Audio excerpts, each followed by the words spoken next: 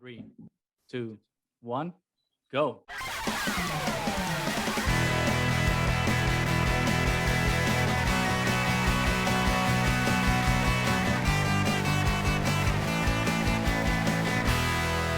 Welcome back, everybody, to the Triad of the Forest podcast, a podcast from three Puerto Rican friends coming together to do deep dives into Star Wars and other nerd-related media.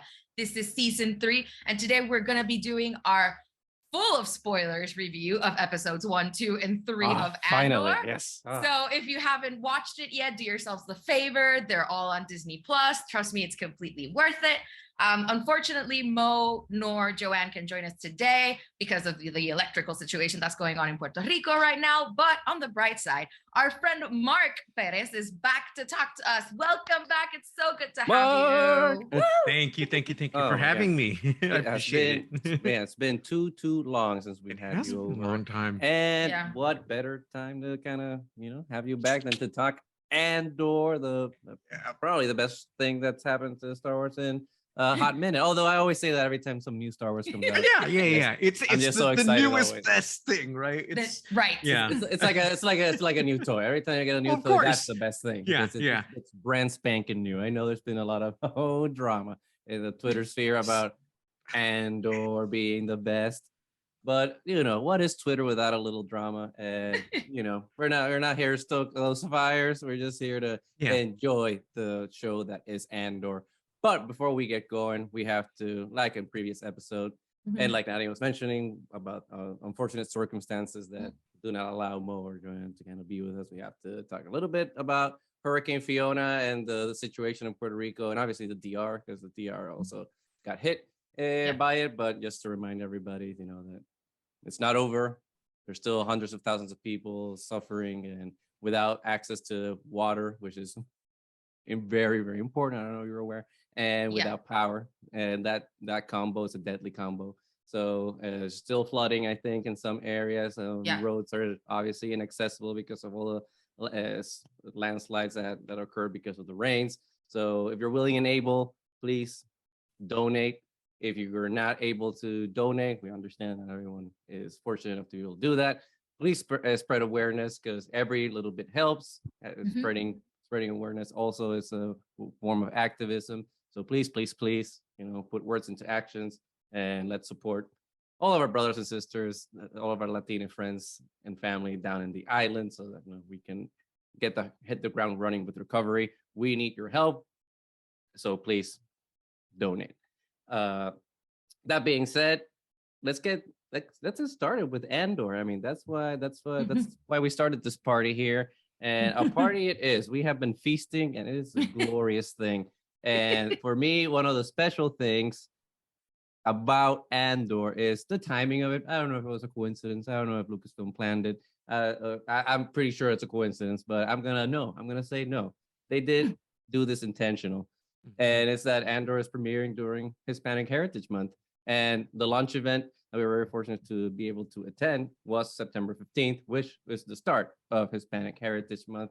And it's such a special way to kind of start everything with like this powerful Latinx driven show, because I mean, yes, I know we have Mando and Pedro Pascal, but he's under the helmet, and doing without like a very strong accent, but having this show be Diego in all his beautiful Mexican glory with his accent, then having Adria Arjona and such a beautiful diverse cast is such a meaningful way to kind of start Hispanic Heritage Month, with all that beautiful Latina people on that show.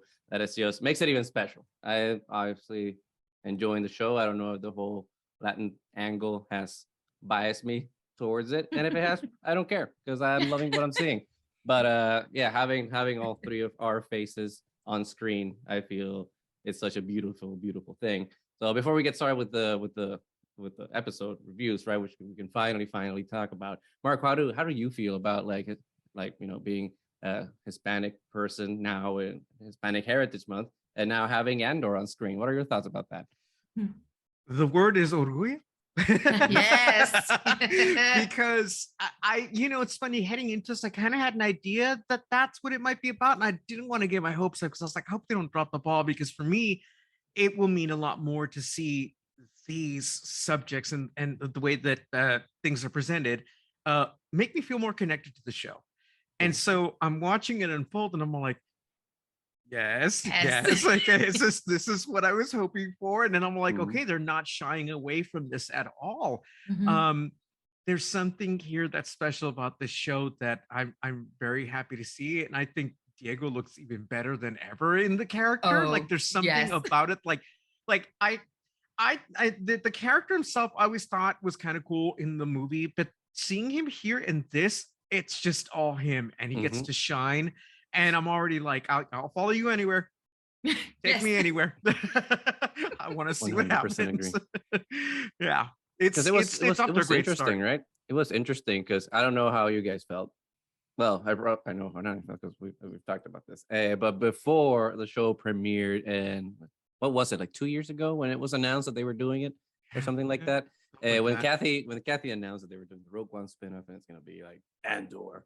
How did you feel? Were you excited for the show? Were you, what were you looking forward to it, or were you sold immediately? What were your feelings back then? And then, like, how did it ever change as we approached the day? For me, I didn't know what to think of it back then because I thought, well, what are they going to do here, right? I mean, I think that was like in the middle of so many other projects that were promised then, which kind of disappeared since then. Right. Which projects are you talking about? But we were lucky enough to get this, right? Luckily, this fell under that umbrella of things that were able to be pushed through production through COVID, all that mess that we had to get through to get to this point, right? But it really all came together at Celebration when we finally started seeing the footage and all that stuff came together. And I was like, okay, this is the show I didn't know I needed. Because again, the way it was sold, I was like, I hope I'm not reading too much into it, but like to me, this seems like it's going to speak to so many Latinx people, And so, seeing it come together and the presentation, the indigenous people, the way they show, all that really, really, really hits home. And I'm like, I was like, I got to see how this works out because this is going to mean a lot to a lot of people when all is said and done. Let's just hope it all continues the way it's going because it looks like they've got the formula down of how to present these things. And that's how it should keep going. Nani, how about you? Let's just refresh everyone's minds. How are you feeling about the show before when it was announced and coming? I was actually excited when they first announced it, just because it's Diego Luna 1, 2. I really, really enjoyed Rogue One. Rogue One was one of those films that took me completely by surprise, and Andor was a really cool character that we didn't get to know enough about in the film. I just wasn't sure, what angle they were going to take towards it. So I was excited, but I didn't really know what to expect. And then when that first teaser came out, I was already all in. I mean, it was just so good. And I love, the whole like spy craft angle to it. And like Mark was saying, all these characters, like they are clearly Latinx, and you feel this sense of like community and family and our histories and all of those things in just these 3 episodes. So it's translating really well so far. So I can't wait for more, really. I'm really excited. Yeah, it was. I mean, before getting into that, like, I think I'm the only cynical one here because like, I remember when it was announced and he was like, oh my God, Disney, just stop doing like the same things. Stop going for the cash grab, like established characters. Let's just do new things. And as usual, I'm just wrong about everything. Because it does feel so new. It does feel so new. And still Star Wars. I don't like like some people you're saying like, oh, it doesn't feel Star Wars. It's so mature. It's like, and yes, it's mature, it's adult, but it's still intrinsically Star Wars. It's still like has all the elements there that make it part of that galaxy far, far away, but just like exploring like other corners that like we got to see a little bit of in Rogue One, but like really doubling down and being like, okay, we're going on with the boots on the ground approach, and just seeing those people. No magical, wizards are here. It's just normal people struggling to get by. Diego, that's all. Touche. It's really hard to argue with that one. But to that point, like when I remember I was rewatching the show now, like for this, and I just like there was like the one scene when like Diego and Adria Arjona are like talking, like Bix and Cassian are talking, like in that first scene when she's like repairing the pod racer engine or whatever the hell it was.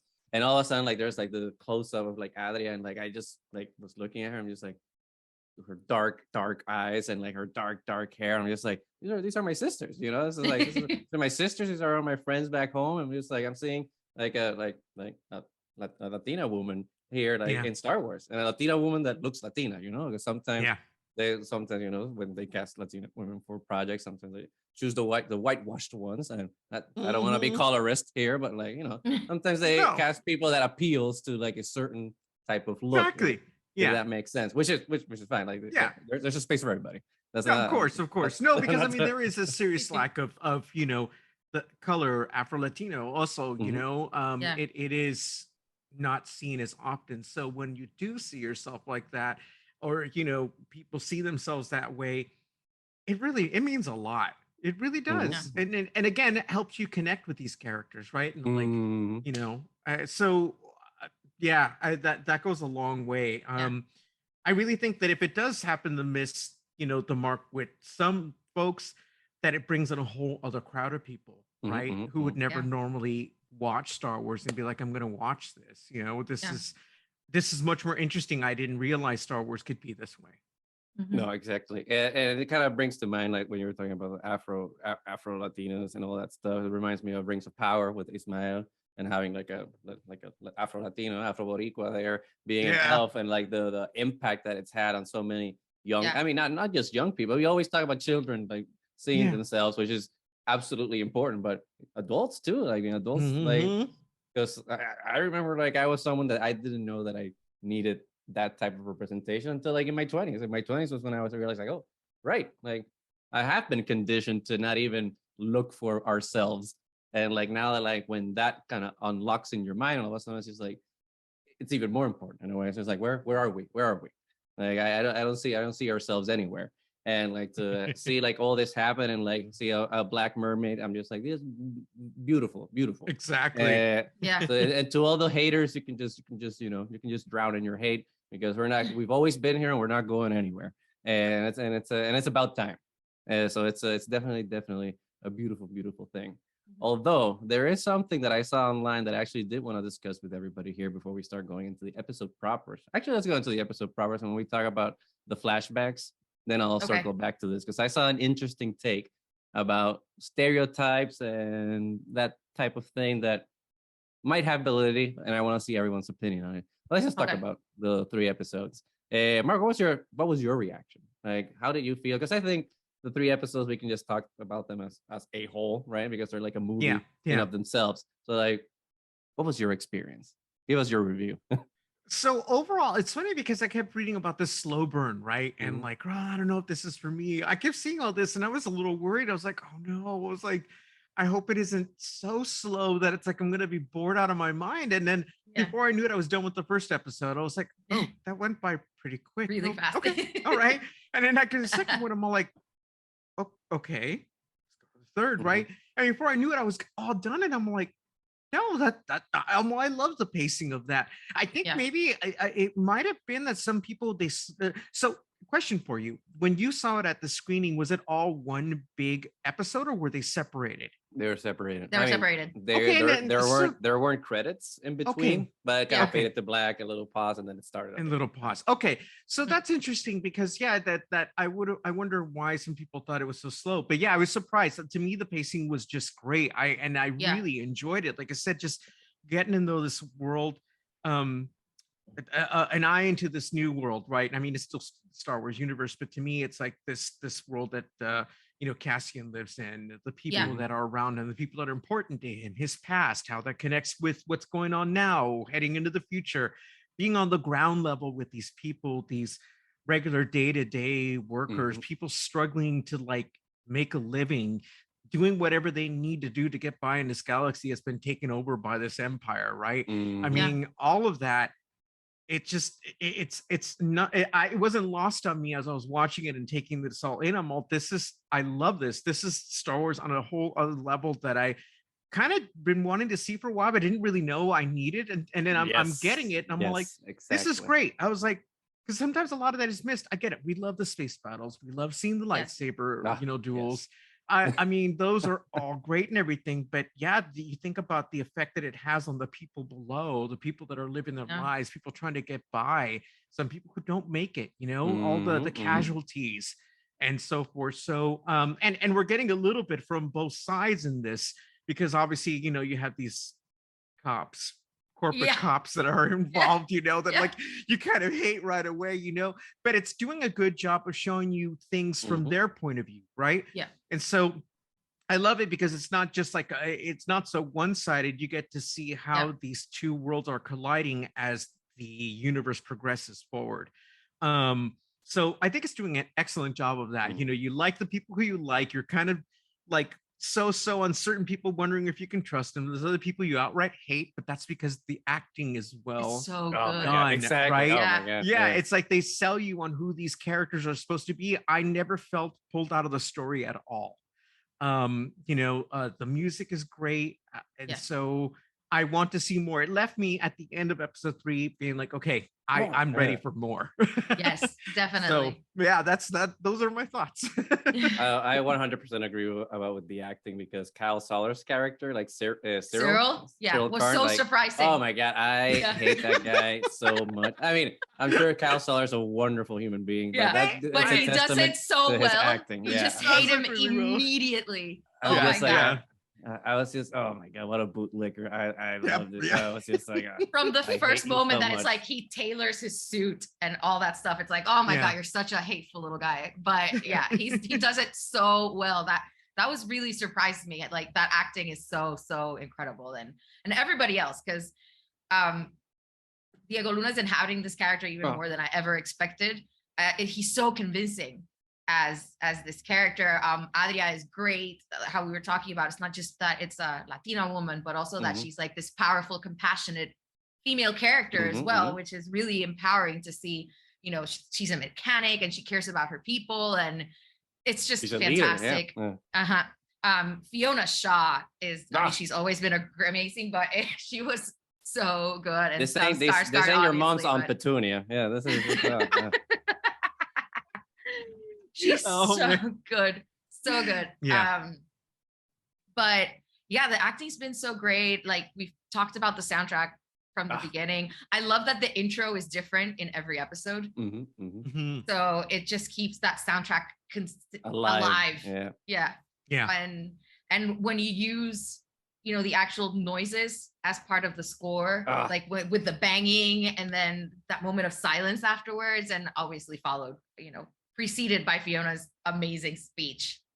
That's what a reckoning. I love that line so much. I know. What a reckoning sounds like. I'm just using that word now all the time. So at work, we're gonna order some material sample or something. That's a reckoning that we're getting. That's a reckoning, yes. But the music's so good. Like, I remember that scene. I mean, because kudos. I forgot the composer's name. I apologize. I just saw it too. I saw it pretty recently because I was watching the Star Wars show and they were interviewing him. I'm like, Well, I mean, he's amazing. The score for he did the score for Succession, and it's so good. Okay. Yeah. But and kudos to him for taking for being kind of doing the Ludwig Göransson thing of being like, well, this ain't John Williams. Yeah. This is me. This is Andor, actually, because he's doing what the show kind of needs, because it gives it that frenetic energy that the show needs, because the show's a bomb. It's just ticking. It's ticking. It just keeps, it keeps ticking until there's a boiling point, and the bomb has to go off. And the music just exemplifies that so well. And there was the one scene that actually didn't take me out of the show in a negative way, but it took me out in a way that I was just like, oh crap, kudos, because that was a ballsy move with the soundtrack. It's like the one scene when at the end, I think it's at the end of episode 2, when Andor just is walking out, and all of a sudden the drums just kick in. And it's just and I'm like, whoa, actual drum kit in Star Wars, not like an orchestral thing. I was like, that was awesome, because I've never heard anything like that in Star Wars, and it just fit the mood Yeah, and it was such a Perfect, cool shot, especially at the end of that episode after the really annoying like passenger says to Santa, like, if you can't find it here, it's not worth finding. And then got to him like through the junkyard with a band, and it's like end. So good. I mean, to be fair, you put Diego Luna in any sort of situation, it's gonna be a good shot. Yeah. You can shoot it on your iPhone, it's gonna be an awesome shot because it's Diego Luna. Always perfection. Speaking of music, it's funny, my friend Rebecca had commented on Facebook. She was watching the scene with Marva talking, and then the scene where Diego kind of like confessed to what was going on and everything. And she said, made me think of Bohemian Rhapsody. She goes, Mama, I just killed a man. If I'm not back by this time tomorrow, whatever, you know, perfect. I'm just not perfect. And I'm like, and I sat there and I'm like, I love that people make those connections. I would never. I told her, I was like, do you mind if I give you credit for that thought? But I need to bring it up when I'm recording later. Because thank you so much. So good. So thank you, so Rebecca. That is what amazing. if actually, I mean, who knows? Maybe Tony Gilroy was thinking about this. Like, hey, I'm gonna make. You're sitting there writing, the music is in the background, right? And all of a sudden, you're inspired. It's like, who knows? But I hope that's true. I hope it's true. Yeah. Please, Lords of Star Wars, like, give me an interview with Tony Gilroy so he can confirm that indeed Bohemian Rhapsody inspired that scene in Andor. Because it's so good. Perfect. Now someone that knows how to do video editing, because that's not person, it's not me. Now needs to do the cut of like the scene with the actual song so that we can there you go. on the TikToks as the kids use now. El TikTok. El TikTok. I don't get. I use Reels. I'm sorry. I'm not downloading another app. I'm sorry. But Jesus Christ, Stellan Skarsgård also, what a tour de force. Yeah. Like the man can do no wrong. He just, you know what? It's funny because like there are many actors like that just the moment they're on screen, they bring, just a certain professionalism and like, what's the word, brevity, just to the scenes, Gravitas. Right? Yeah, gravitas. Yes. It's like they're on the scene and then it brings it up to the next level. There's like, yeah, exactly right. The voice, everything, the presence. It makes you feel even more a part of this world that you're seeing, right? Because obviously you need to find somebody like him in this world to be able to get somewhere, so to speak, right? And the fact that he's heard of Cassian and goes like, look, I came looking for you. I've heard about you. Right. I don't want that box. I don't want that box. I mean, I'm sure it would have been helpful, right? But still, right. It's all Leave the about box. like, where things are going. And I think who you are could really help this cause, right? Which he's about to get a little bit more of. I'm sure there might be some apprehension, whatever, but I mean, he's at a point of no return himself anyway. So what has he got to lose, right?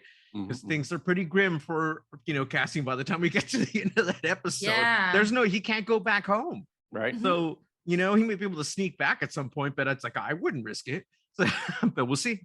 Which begs the question for me. It's just like, is this the last time we're going to see like his adopted mom or Adria? Or do you think that everything's going to tie back together at the end? They're going to come back at some point? Or do you think that we're done with those characters and we're moving to something new?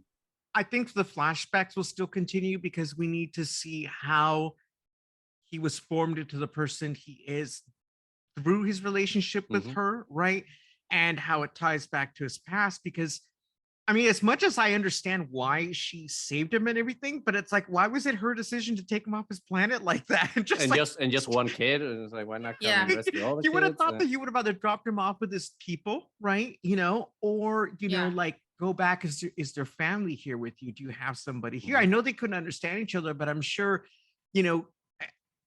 he would have like grabbed her by the hand and said, let me show you where I'm from. Let me show you what life is like here, whatever that might have looked like. But it felt like a weird little decision made by her to like, it's like, I'm gonna knock you out and it's kidnap you. It's quite literally kidnapping. No, it totally is. I was like, what the hell, dude? But I get it. Like, she even drugs him. It's just like, that's a little bit weird. Creepy, a little bit. But yeah. So that, I mean, I wonder if that's going to come up too, right? Maybe Mhm. there's a certain anger there that drives him also to be the rebellious kid that we see, or rebellious Mhm. adult that we meet at the beginning of this series. So that, again, I hope that gets addressed, because if we're getting to know this character, let's get to know all those little parts of it. You know, what Right. Yeah, informed this I behavior? think you're right. Yeah, I absolutely think that we're gonna continue with flashbacks, just because from the trailers we've seen like those scenes with the clone troopers. So it's just like, well, we're in the That's right. Imperial times, It's and they're funny. I totally missed that. I really so like, I kept seeing they that pop must. up today. Maybe they'll digitally de-age Diego to be slightly less handsome, because I think he's become more handsome the older he gets. That's a lot of work, man. But Yep. but now that we're talking about the flashbacks, and for people that don't know because you haven't seen the show, maybe stop listening and go watch it. There Yeah. before, because we're gonna ruin the show for you. There are these flashes of like young Cassian, or how he was called then, Casa, and it's a beautiful scenes, honestly, because we don't know what language they're talking in, and they don't put subtitles, I which love thought that they was the kept that. The no smartest thing subtitles. to do. It's So like, good. no subtitles, and it's so beautiful, because you can understand like the culture that these children have created among themselves, and they have their own hierarchies, and you understand this system that these children have that are being forced to survive to an extent. But what I wanted to talk about it with you guys specifically, especially like in under the umbrella of representation of Hispanic Heritage Month, is I saw a take online actually that I found interesting, and it was that this representation of the children in the flashbacks is actually it could be considered racist, just because it's stereotypical of what Mexicans are, and like they're poor and they're dirty and they speak a different language and stuff like that. And I was like, it was an interesting take, and it came from a person of Mexican descent. Well, actually, they are from Mexico, so it was a Mexican person. So valid, because that's their experience and their perception. So I wanted to see like how you guys perceived it, because I felt anything but. I mean, I do think, I'm not gonna say that it might not be stereotypical. I don't want to use that word for it, but I do think that it was very aimed at like creating the migrant experience. So it's very purposeful and like what it's trying to do, at least to me. I didn't feel any maliciousness or so inconsiderate representation on it. But what are your guys' take on this take? That is not my take. Want me to go first? I'll go first. Yeah, Yes. Okay, I didn't want to like Since Nani didn't go. Okay. Yeah. All right. Okay. So the way I see it is, now correct me if I'm wrong. In one of the episodes, they described how this planet that we had started on, which for some reason I'm forgetting the name of the planet right Canary. now. Canary. Yes, that's right. So Canary, they had been a mining planet, right? There was an imperial base there, and that's what's left where we see all that destruction, right? So I'm assuming that the people of Canary were also involved in that at some point, but then that got destroyed, and it probably destroyed any sense of culture or any kind of like movement that their culture would have had, and they regressed to a certain point, right? They didn't have the commodities and other things that they may have had, whatever little or a lot of that they might have had at that point. And all that stuff as the kids, all these adults were affected. Maybe they were all working there, right? All the kids were left behind. So you're left with almost like a Lord of the Flies situation where they have to fend for themselves. That's what right? I thought too. And so it to me, it's interesting because I think that they're just doing the best they can with what has been left at this point, right? I mean, look, if you think about it, in our ancestors' countries, my family's in Guatemala, right? Look at what happened there with like that company that owned Chiquita Banana, and the CIA came in, did a military coup, took the government that was out there, put them in a civil war for a number of years, and completely ruined everything. I mean, with a trail of destruction all along the way. I'm sure generations of people didn't make it through. So it's in those instances when you have such a hostile takeover, so much can change and so much can regress, and you may never recover from it. And so that's how I looked at the whole thing. I mean, I never thought of it once, oh, that's how they see us, that's why this is it. No, this is where he comes from. This is what has happened to him. This might be part of it all. but I understand why someone would think of it that way, right? It is like, okay, well, I hear you. I can totally see that, but I think that there's so much more to the show than that. And Right. and again, if they continue to prove that, then we're gonna look back and be like, oh, so that's why this was this way, you know? So.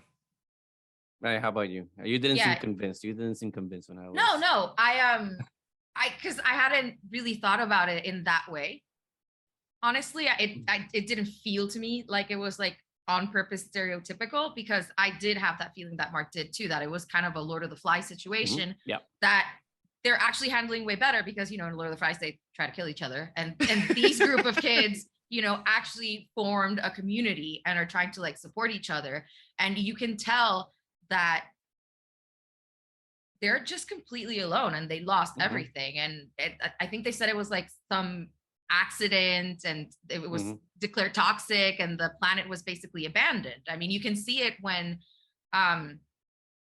Andor sees himself, his reflection. Like, he probably hasn't seen his face in years or something, because he like touches, it's like, what? Oh my God, you know? So it's very heart-wrenching. And I remember one of the girls starts like jumping up and down when they see the ship crashing, like we're saved or something. And, you know, it's just like they're abandoned children and they're trying to survive however they can. And I just thought the whole thing was just really sad, honestly. Well, which I appreciated the sadness, and I appreciate like the grit that the show has, because as opposed to, I mean, we always see like in all the Star Wars movies and all the animated, even the animated stuff, we see empires like, oh, bad guys, but we don't see like how they're bad. This level of destruction. How they're bad to the people. How we just see like, oh, well, this is just an enemy that a hero must face. And it's just like, you know, I don't want to say stereotypical, but obviously there's a lot of nuance to the shows and the movies and how they portray the Empire. But, you know, you don't see the day-to-day toll that the Empire is creating on people that would want to, you know, in Rise of Skywalker, join the big militia and come to defeat the First Order. Like, you don't see why the little guy cares, you know. And this show shows you. It's just like, and to your point, Mark, I think the whole aspect with the children and the mining is just another perfect example of why Tony Gilroy is doing such a good job with the writing of the show. Because again, anyone who I can't believe we keep having to have this conversation. Star Wars has always been political, and this show just it's running with it. It's saying like, there's no apologies. We're doing it. The cops were blue. We're not hiding it. But showing the mining disaster and all those things, and showing like how it's very George Lucas, right? He was talking about taxation of trade routes in episode 1. So like just showing like how the mining guilds and all these things destroy corporations as expressions of the Empire, and how the Empire profits from people suffering and exploitation. I think it's just a wonderful thing, one, to kind of see a justification of Empire bad, but also the parallel, right? So but that's what America and corporations do everywhere around the world. I mean, not just Europe too, sure, but you know, let's be real here.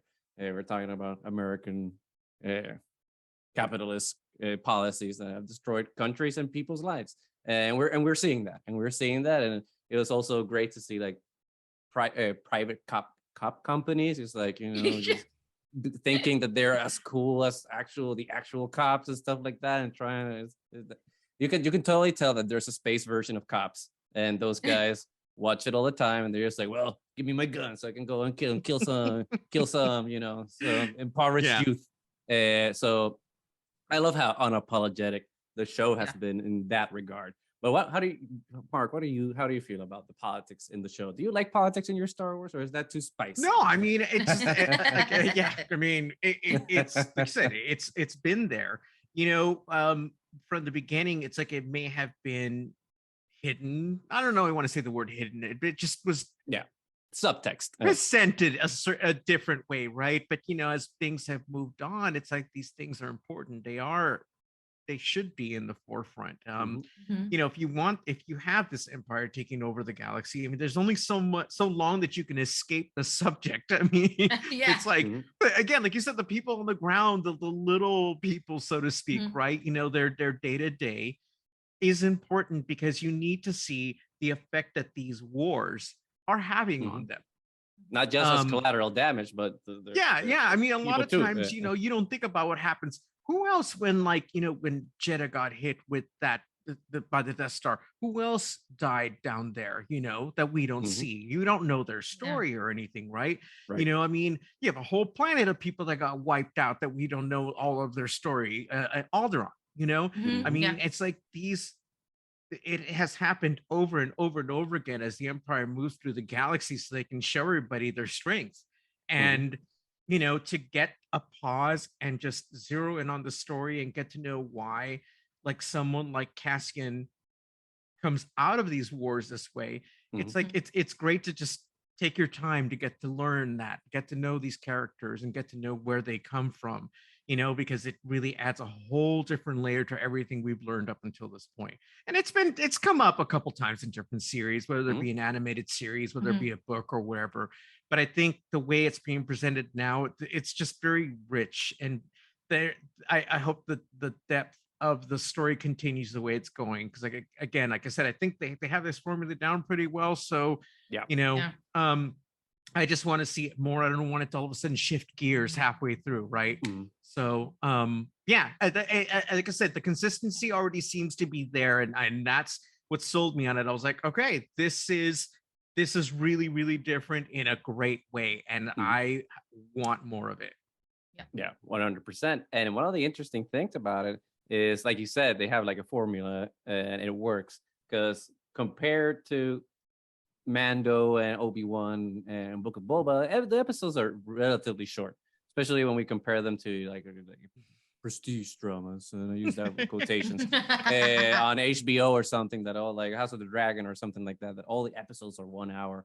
And I remember back in the day being like, oh well, I want that, I want something the caliber of HBO, and that means that it has to be an hour-long episode every single one. But to me, it kind of surprises me how these episodes can be short. And again, I use that with quotes because that's relative to someone's attention span. But still be so short, but still have so much packed into them that you feel satisfied at the end of the day. So how does everyone feel about that? Like, Nani, do you feel the episodes are too short? Do you wish that they were longer? Do you feel like they're long enough and are packed and it leaves you satisfied? What are your thoughts on episode lengths? As I know that's a I honestly think they're kind of perfect, honestly. As Mark was saying at the beginning, I think the pacing has been excellent. It is a little bit of a slow burn, but I like slow burns, and then it just kind of like starts elevating and then just punches you in the face in that third episode, and it's so good. And even though it does work as its own arc, the episodes themselves, I think, are well contained also, so they work separate and together, because there's some beautiful symmetry, as like for example, that first episode, Casa, that it starts with his search for his sister and then ends with that scene when he leaves her behind, so it has this like beautiful symmetry to it, that the end of the third one where you see his leaving his home from the version of when he was a kid, that he was taken because of this like accident of fate, to now having to leave his home again, because now he can't stay at all, because now he's a fugitive, he's being chastened, so I think they've worked really, really well, and they don't feel short or long. They just feel absolutely perfect. Like you're done with it and it's like, wow, that's so good. When's the next one? Let's go. Come on. So I felt very satisfied so far. Yeah. Mark, what do you think about it? It's funny. I was listening to you talk, and the first thing that popped into my head, it was thinking back at the, seeing Casa when, he's young. And so we're literally seeing, I've been in this fight since I was 6 years old. 6 years old. Right? Yeah. It was that moment right there, seeing what happened with the crash landing of the ship, having his life uprooted all of a sudden, because the next thing you know, he's deep in this, right? But again, I think we're going to see also where does Marva fall in all this, because she's obviously not pro Empire. She has been doing her own thing. So there's something there that, not only helps Cassian become who he is, but we're going to learn more of where her place in this galaxy is as well. So again, as I say, going back to her, I don't think we've seen the last of her. I think we absolutely need to learn more about her as well. Besides, it'd be really sad to waste that talent and just say goodbye. You know? Yeah. Plus, it has to be so much in the formation of who Andor is, because clearly, like you said, in it since 6 years old, clearly the hatred for the Empire is deeply rooted to his soul since he was a child. Like you see him destroying that ship on the inside. Just the raw anger, and then you can tell already that he's had his small rebellions, because we've heard that he's already been arrested by the Empire and all these things. So we know that that informs him. And now, given the opportunity to actually fight back for real with the offer, you know, he had to have been informed by Marv as well. Like, was he going with her on adventures, like stealing things and doing little things to like backstab the Empire, or was she somebody in the middle who went against both Rebels and Empire, a character like Benicio del Toro's character? And, exactly. You know, like, she played both sides. I'm on my side. bring back Benicio.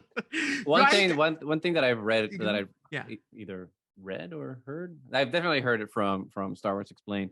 That one theory is that like because we know that from source material and stuff that Cassian is a separatist, so was from a separatist planet or something like that. So Fiona Shaw's character, she might be also aligned to not with the Confederacy, but she's like from planets that were part of the separatists, so they're not friendly towards the Republic. So maybe that's what we'll be seeing, like in these flashbacks where we see clone troopers is just ask Cassian with her, like, you know, doing their as Finn would say in Rise of Skywalker, their shifty stuff with the Republic. So we can see like that animosity even before the fall of the Republic and the rise of the Empire. So that would be interesting to kind of see how those dynamics change once the power. And it'd be cool if she was a great character, you know, because not everybody has to be completely good or completely evil. Exactly. And, you know, most people are somewhere in the middle, so it'd be interesting to have a character like this.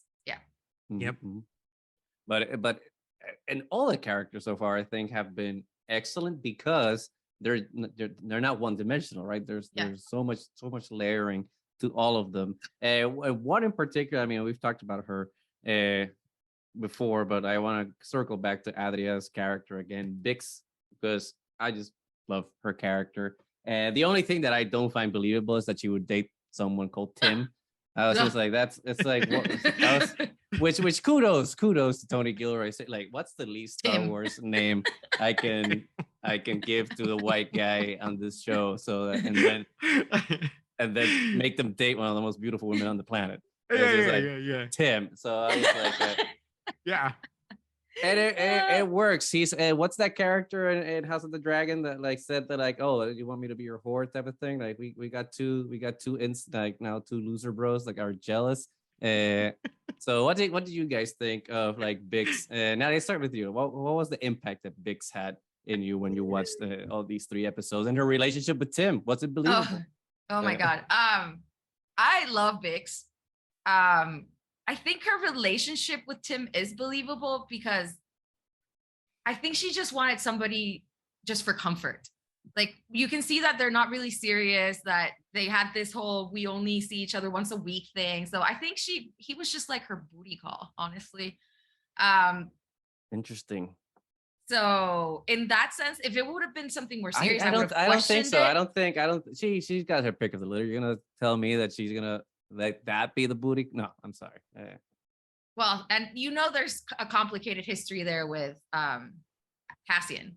Obviously, there's definitely history there. So maybe this was like somebody uncomplicated that brought no complications to her life and was just there for comfort. So I can see that.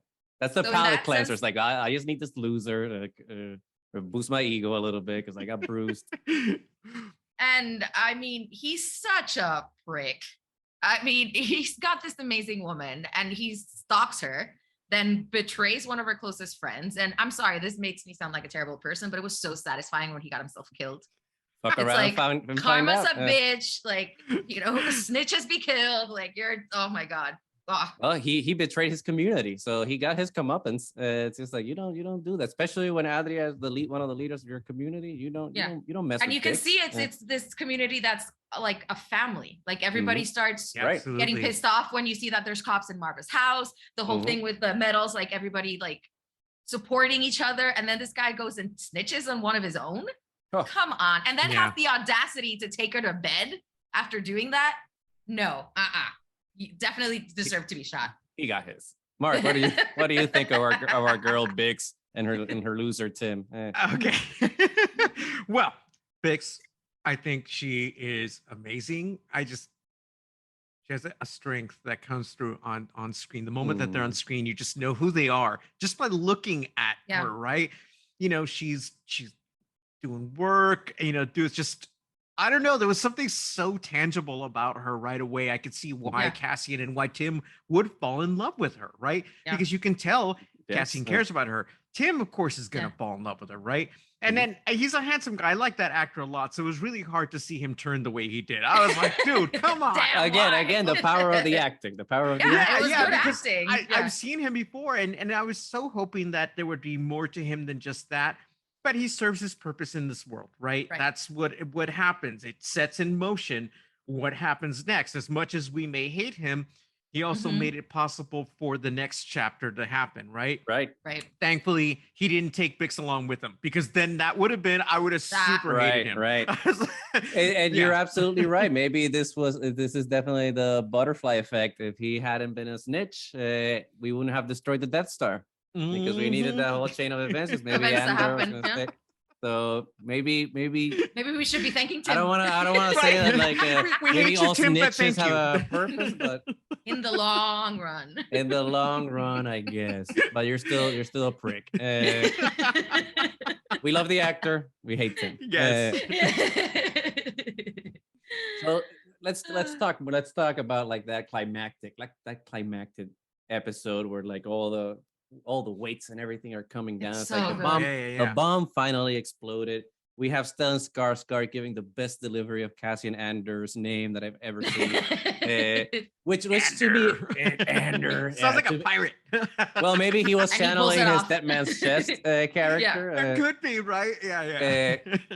And I just need to know. If when they were filming that scene, if everyone, like if Tony Gilroy and everyone on set were just like, he totally butchered Cassian's name. Should we do another take of this so he can say there, or is Stellan Skarsgård only do one take, and you know we can't contractually obligate him to redo the scene because it was so butchered. But I love it's infamous. It still sounds awesome. It still sounds awesome. It's Stellan Skarsgård. He's got an amazing voice, and what an amazing scene, especially like that scene when like Andor Cassian has like the blaster pointed to his head, which by the way, Nani was saying the other day, and I have to 100% agree now rewatching the show, that the blasters, the sound effects for all the blasters in this show are incredible. Like I mean, Star Wars blaster sounds have always sounded cool. But like here, there's like weight to them, and they feel dangerous. You know, they feel like something that's gonna mess Tim up, but also could mess Cassian up. So kudos to the sound engineers there at Skywalker Ranch, because the visuals as well. It's just very much so. So good, so good. Well, let's speak to that. How do you guys feel about the look of the show? Because I feel like it's the most beautiful Star Wars has looked in a long time. I mean, Star Wars has always been beautiful, but this is like just mind-blowingly beautiful. Mark, what do you think? How does the show look to you? All right, so excellent world building. Because again, you know, whatever planet we were on, there was a distinctness to each of them, how they felt. And then also, you know, the people that were a part of them, right? And again, like you said, the blaster sounds and everything. That's why it's like, I felt, again, a lot of the reviews I felt thrown off because you're literally in the Star Wars universe from the get-go. The sounds, the blasters, the vehicles, you know, your surroundings, everything, it's all Star Wars. It really, really is. I mean, almost to the point where if it were like an open world, right? You get to walk through and take everything in. I mean, you even got a guy sounding the bell, you know, for like, you know, I was it in the morning, whaver, every day. I want to be that guy. Someone needs to cosplay at that guy at Celebration next. Oh yes. It was perfect. He was perfect. That guy is amazing. He just does a great job. I loved it so much. If they But recast him for season 2, I volunteer. okay, Lucasfilm, you don't need to pay me. I'll do it. Yeah. I'll just bang the bell. Yeah. I'll bang There you go. I'll bang the shit out of the bell. Yeah. So yeah, all those things really again, I just love the way the world feels this time. I mean, Tony Gilroy really gets it, and I Yeah. have to give him that. I mean, a lot of people have like had complaints about the volume and the way it's been used up until this point, but it also made a lot of stuff possible that may have not been possible during that whole time, that we were locked in lockdown or whatever, right? We were lucky to even have what we had during that time period. They could have paused production and we maybe still getting through the Mandalorian, and Andor's 2 years away, right? Right. So it was for that time being, it was great. I think that now that hopefully as we move forward, it'll be a combination of both, because it really does make a difference to feel like you're in the set or like, in an actual setting, as opposed to having that background around you. But again, all those things are Star Wars. Your matte paintings, all the blue screen. I mean, so it's always all been Star Wars. It's just that you got to, test new ground and see what works and what doesn't. Right. And it's a great point that you were saying about the volume, because I've also seen those which is interesting, because I remember when Mando came out, everyone was gushing about the volume, but everyone's done a 180 now. Oh no, right? Volume sucks. Yeah, that's so weird. And for me, it's interesting because it's not either or, it's both and. It's kind of like, why you don't have to. And again, I think this whole discourse with the Star Wars community over this past couple of days is kind of exemplifies a little bit what I'm about to like say, because it's just like we're fall into the trap of becoming the thing that we hate, right? And sometimes like people, they take the Anakin route and Revenge of the Sith and take the absolutes, and it's just like, well, we want practical effects. Oh no, we want CGI. Oh no, we want the volume. No, we want actual sets. It's just like, well, you can. It's not about having to just everything can complement. It's like everything, it's all ingredients in this buffet of Star Wars. And the more tricks that the wonderful folk at ILM have, the better a show will be. I mean, yes, for some things, maybe on location's better. For some, the volume might be more practical. So it's just like all of these elements kind of like make all the things possible to give us the best looking shows that we've ever seen, honestly. Because to your point, Mark, when Mando came out with the volume, like it was the most incredible thing everyone's ever seen. And like I still stand by my opinion that like Obi-Wan Kenobi and Mando season 1 shot in the volume are amazing, like look like incredible, just as good as any Star Wars film. I know with season 2, I think that they got a little too comfortable with the volume, in my opinion, but that's neither here nor there. That's neither here nor there. I'm not knocking the technology. So technology is amazing. Like I want a volume in my apartment. Right, exactly. So yeah, so like it's great, and I I don't like to choose teams here on like which thing is better, because they're all great. I want all the tools. Just use them all so we can get the best visually exciting show that we can get. And I think Andor has definitely been the most visually exciting thing that we've gotten in a long time. And to that point about the production design, I think it's so good how they did the world building, because it just feels like they just deconstructed Star Wars and reconstructed it. It's just like, it's kind of like a phoenix from the ashes. Like, yeah, you burnt it down, but those ashes of Star Wars are still there and giving you like that world that feels fresh and unique, but still inherently Star Wars, which is something that I think could have only happened because because I had read an interview that was saying that Tony Gilroy wasn't really a fan of Star Wars. And I don't mean to say that he was saying that he didn't like Star Wars, just that he's not, he's not a nerd like us. Yeah. And he wasn't into that world. And I think that's something good sometimes, to like bring in creators that aren't invested in the world, because then they don't have bring new ideas. They're not exactly. They're not afraid to like try something new because they don't have that attachment. I think that's precisely what Tony Gilroy did. So let's talk about that for a little bit. What do you guys think about that? Do you think that Star Wars needs more voices like Tony's that's just like not attached to source material and don't care and just are gonna do what they want and inject new things? Or do you think that we should kind of bring in creators that have reverence to the material and just, stick to what's known? Mark, let's start with you. That could give us Martin Scorsese's episode 10. No, but I'll watch it. Right, exactly. Yeah. No, I think that there is to be, again, there's a happy medium with all these things, not Yeah. with just Right. the technology, but the way that the stories are told. Because if you bring somebody in and you tell them, look, this is what we're going for. Okay, who's my team? Who's going to be my screenwriter? What do you want on screen? We're going to tell the story, right?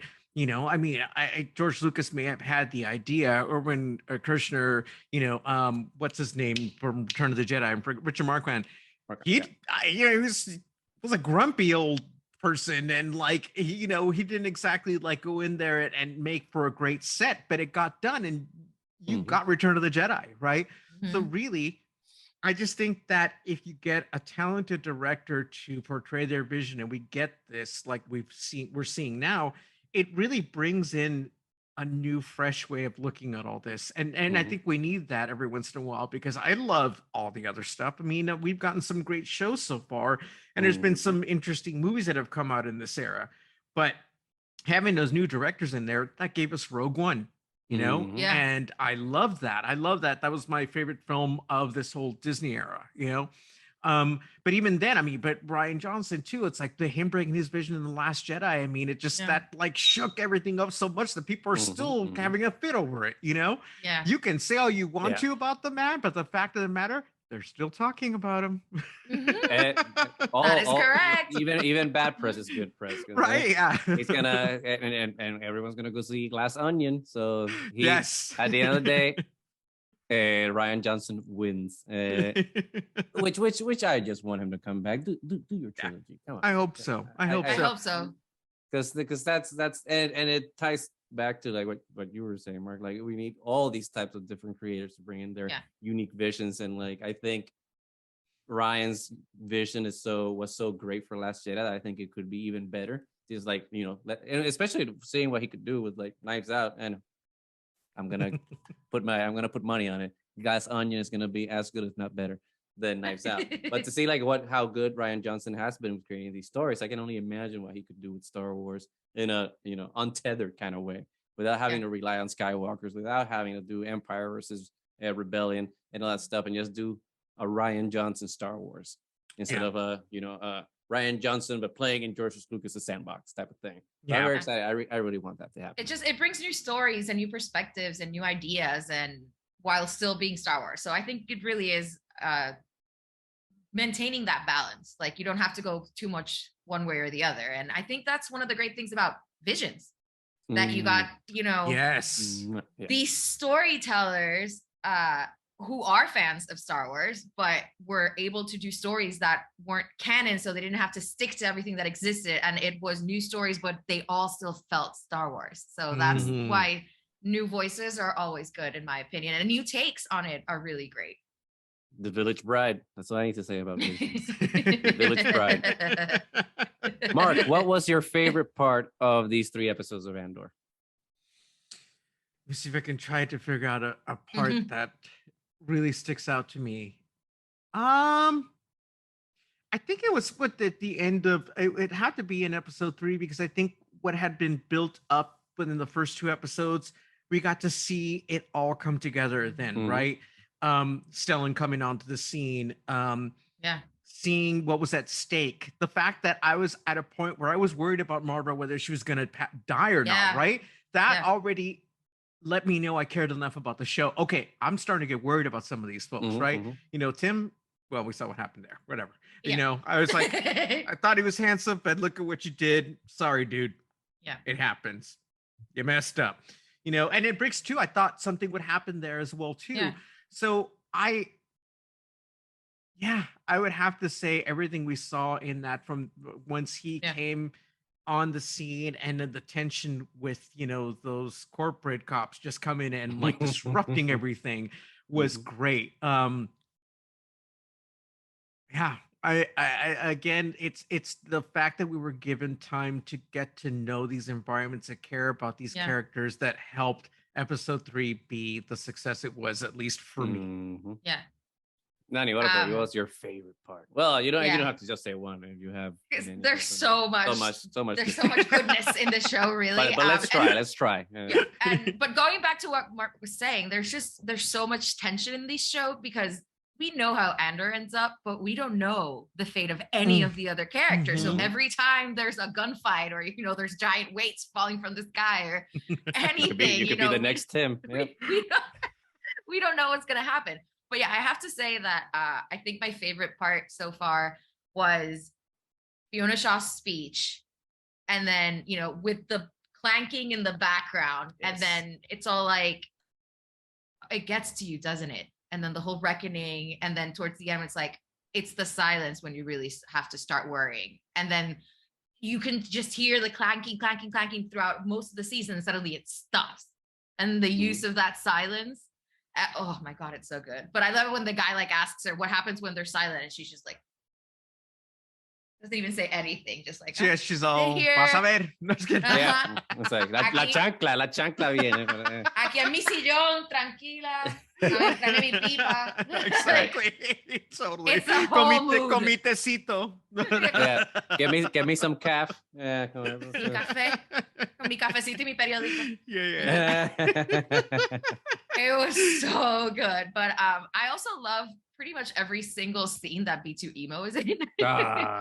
They did such a good job with the droid. I mean, as time goes by, they get better and better at humanizing these droid characters, and they become beloved. But this was specifically because you can see him age. At the beginning, he's all bright and red, and then in the present, he's all banged up and kind of glitchy when he speaks, and he gets sad when Andor leaves, and kind of acts like a little kid, but don't leave me, and it's so good that with those little movements and everything, so much emotion gets through. Yeah. So. And all the interior mechanics of when it comes up and you can see everything spinning, it's so good. All the puppeteers there, at Lucasfilm or whoever did it, are just incredible. My concern, honestly, with B2 Emo is seeing him again, because I'm just no, I know Cassian left that planet, but I'm just hey, you kind of left my little boy, my beautiful red boy behind. But you can't really take him either, because then Marvel would be all alone. That's true. Exactly. Exactly. Good point. Oh, and that scene at the end where she's just crying in his wrecked room. Oh. Just a single solitary tear. Oh, that's when you. I know. That's when you know there's pain, when it's just one tear. Right. Oh. Exactly. there are songs and books and poems written about those tears that fall down the face by the single tear. Yeah. Kudos. So you can see the pain, and that whole ending sequence of cutting back and forth between all the characters and in the aftermath of this arc was just it's a masterclass. It really, I mean, and again, I don't mean to say this in a way that bashes other Star Wars projects, because other Star Wars projects are also incredible. I love them, but I really feel Andor's really elevated the game of what Star Wars can be. It doesn't have to fit into a formula. It can be prestige, and I use that word loosely because whatever. What is prestige? What was your favorite part, though, Goose? You haven't answered the question. My favorite part, I don't think how. I mean, obviously the cliche thing would be that final scene in episode 3, because it was amazing. But my favorite thing about the show has been the theming. The theming, world building, and cinematography, and actually, I was just gonna keep everything's so good. I was editing, sound design, the score, I'm not able to give this. It's just so immersive, because it's not just all the visuals and the sounds, and it makes you feel like you're actually there. Yeah. Well, and the opening of the first episode, I absolutely adore, because it just opens and it's film noir. It's raining. It's very dark, Tron. Extremely well lit. Yeah, Tron or Blade Runner. That's exactly what I was thinking. Blade Runner for sure. Blade Runner, yeah. But a little Dune also. Yeah, a little Dune is mixed in there too. Yeah. And it still feels Star Wars. A little Hunger Games too, because the madam at the brothol. There you go. Hunger Games hair. I'm just okay, girl. I guess. Yeah, her little Hunger Games hair. I saw that movie too. Right, exactly. Yeah. But yeah. So actually, that's gonna be my answer. It was the opening of the show because it just absolutely established what it was about. It's just like, hey, this is a spy thriller, this is a noir, this is a mystery, and it looks different from everything. And it doesn't shy away still familiar from the fact that Andor isn't necessarily a good guy. Like he kills two guys like right at the beginning of the show. It's like, oh, well, they went there really fast. But again, this is the law of fuck around and find out. These are two wannabe cops that we already know are dirty because the other guy was calling them out, and they were trying to be big men on campus and be like, oh, let's push the Hispanic guy around. So it's like again, comeuppance. But I'm really glad that they didn't shy away from it. To me, it was super surprising when he actually just pulls the blaster and shoots him in the head. It's like, that one. I love that they did that. Yeah. With the first guy, I'm like, okay, well, you can build my accident. That was kind of an accident. But then the second guy's just like, well, here you go. And collateral damage. No opening casket for you. I hope you don't have family. Exactly. Totally destroy that guy's face. But hey, I don't advocate murder, but you know, when you mess with Diego Luna, your things are not gonna end well for you. We're coming for you. If he doesn't mess you up, we're gonna go for you. Yeah. So it's something wonderful to see, like all these beautiful Latino faces. But let's talk. We've talked a lot about those shows as we've seen, but now as we know, we have so many more episodes to look forward to. So as we usually do when we get to like this round of the episode here, what do we want to see moving forward, and what do we expect to see like in episode 4? Since like this narrative kind of like, you know, it ended up in a pretty close loop. Obviously, we know there's more to the story, but what do we expect to see in episode 4 and beyond, or hope to see? Mark, you're our guest, so you have the honor of going first. So now we haven't seen Mon Mothma yet, so there's that, right? We Spoiler still alert. have her. Yeah, there's still that character to come. And the politics of I'm hoping we get some Bale in here also, right? Because it would make any sense if he didn't pop up at some point, right? Yeah. Like I do want it to keep a certain distance from the Skywalker legacy. No, I know you can only escape it for so long because it is what it is, right? I mean, look at the galaxy we live in, right? Yeah. But I do want to see little connections, just enough to tie it to that world while still keeping its focus on these characters that we're getting to know. Right? You can only escape it for so long because it's all going to end up joining up together. I mean, we may even have at some point some form of a Leia cameo because again, these people are important to the rebellion, right? And where we're at in the story. And we know that she's in the Senate at this point, and where's Mon Mothma right now? You know, it's like Grandma Tarkin. I mean, all these guys, you can't escape them for so long, right?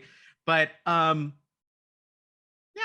think if it does it in such a way where, again, it's not, you know, people have a problem with it being a cameo fest, but it is what it is over there when we see it in these other stories, right? It's what makes it that tapestry.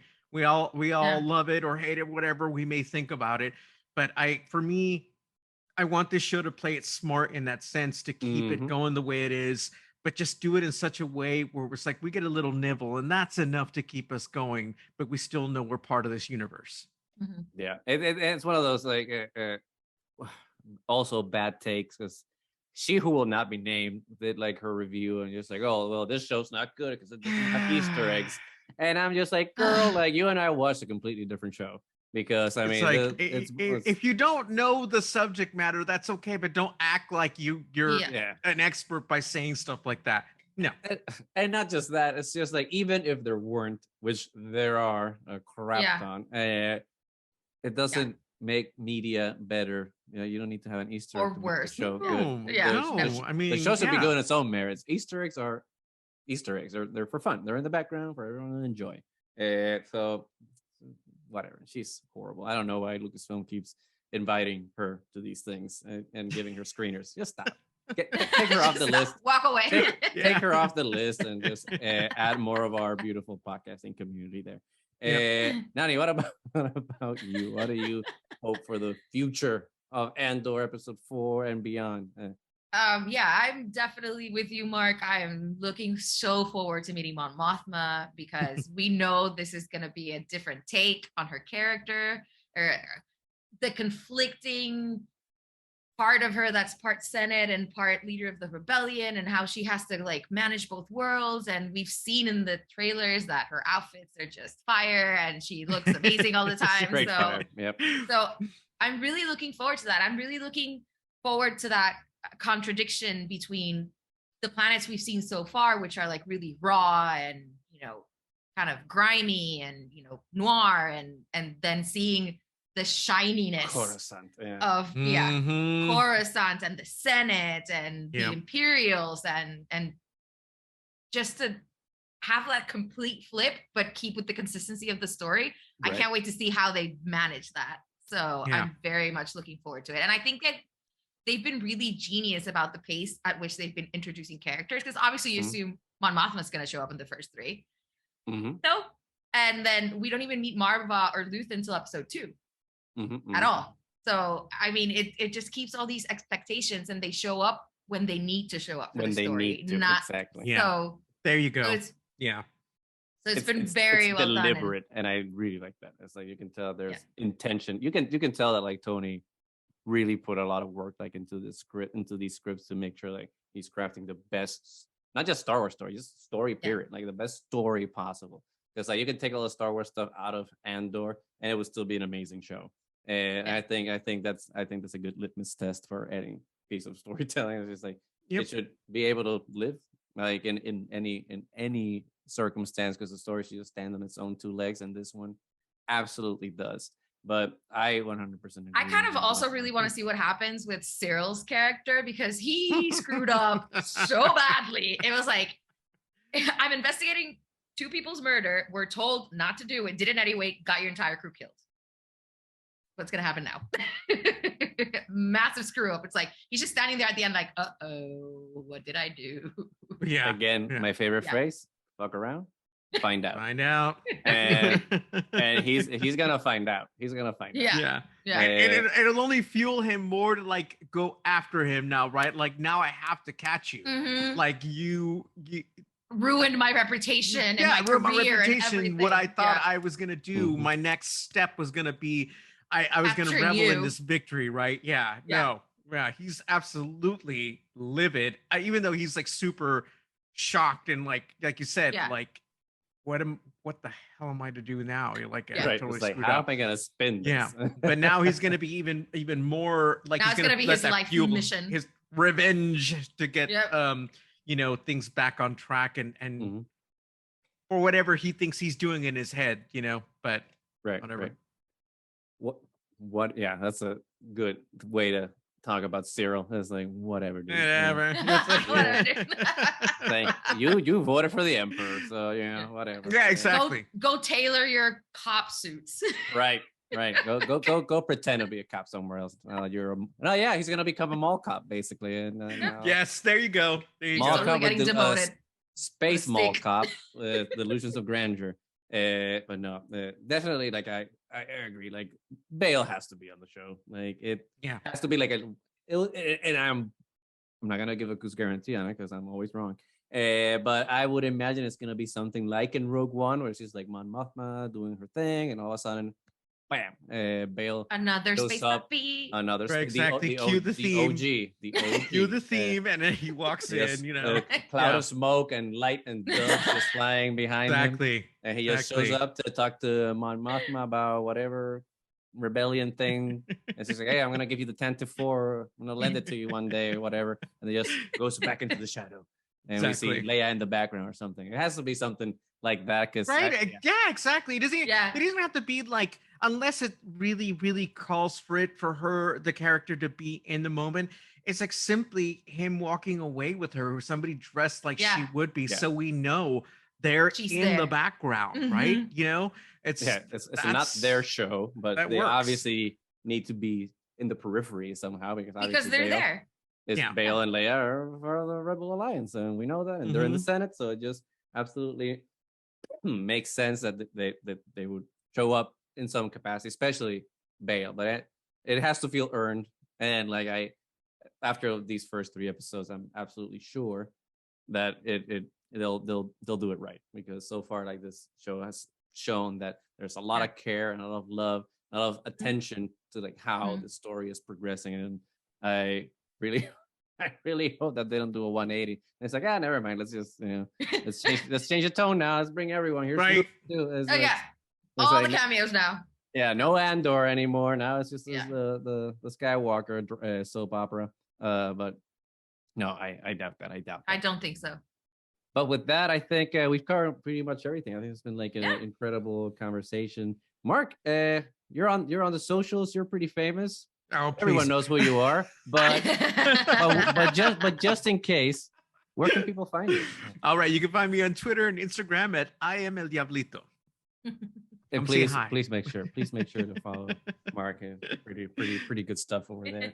But before we super wrap up, I just want to again give a huge thank you to Mark for joining us and having as usual such wonderful, friendly, and joyful conversation about this joyful. I mean, it's not a joyful show. It's pretty.